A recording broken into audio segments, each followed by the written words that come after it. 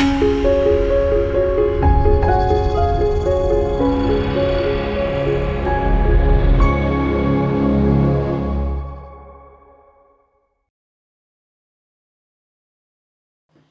మాత్రం. నేను మీ journalist Navata. Welcome to our voice. Pakistan సరిహద్దులోకి దూసుకెళ్లింది ఎయిర్ ఇండియా విమానం. పైలట్లు, ఏటీసీ కంట్రోలర్లపై డీజీసీఏ కఠిన చర్యలు. ఇక జూన్ 22 సోమవారం రాత్రి ఢిల్లీ నుంచి అమృత్సర్ వెళ్తున్న ఎయిర్ ఇండియా ఫ్లైట్ కి సంబంధించి ఒక తీవ్రమైన భద్రతా లోపం వెలుగు చూసింది. ఈ హై టెన్షన్ డ్రామా యొక్క పూర్తి వివరాలు ఈ వీడియో ద్వారా అందిస్తాం. అమృత్సర్ ఎయిర్పోర్ట్ లో విమానం ల్యాండ్ అయ్యే సమయంలో రన్వేపై పక్షి ఢీకొట్టడంతో రన్వే తనిఖీ కోసం పైలట్ విమానాన్ని ల్యాండ్ చేయకుండా మళ్ళీ పైకి లేపాల్సి వచ్చింది. ఆ సమయంలో వీచిన బలమైన గాలులు, వాతావరణం అనుకూలించకపోవడం మరియు సాంకేతిక లోపం కారణంగా విమానం అటారీ సరిహద్దు దాటి పాకిస్తాన్ వైమానిక పరిధిలోకి దాదాపు 1.5 మైలు లోపలికి వెళ్లిపోయింది.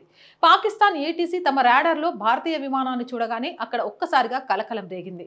వెంటనే అలర్ట్ జారీ చేశారు. అయితే భారతీయ పైలట్ సమయస్ఫూర్తితో వ్యవహరించి విమానాన్ని వెంటనే వెనక్కి తిప్పి సురక్షితంగా భారత సరిహద్దులోకి తీసుకొచ్చారు.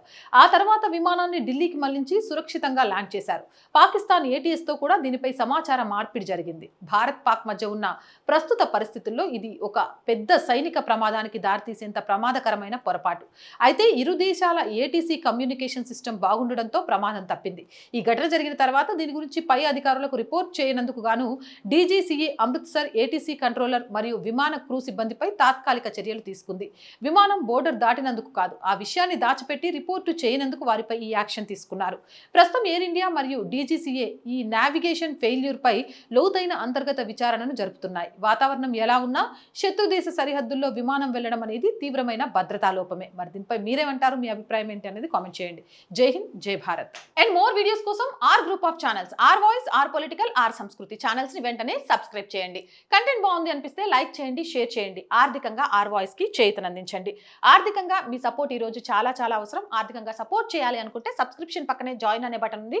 1 to 5 లెవెల్స్ ఉన్న ఏదో ఒక లెవెల్లో సపోర్ట్ చేయండి, లేదా స్క్రీన్ మీద గూగుల్ పే, ఫోన్ పేతో పాటు అకౌంట్ డీటెయిల్స్ ఇచ్చాము, మీకు తోచిన సహాయాన్ని అందించండి. జై హింద్, జై భారత్.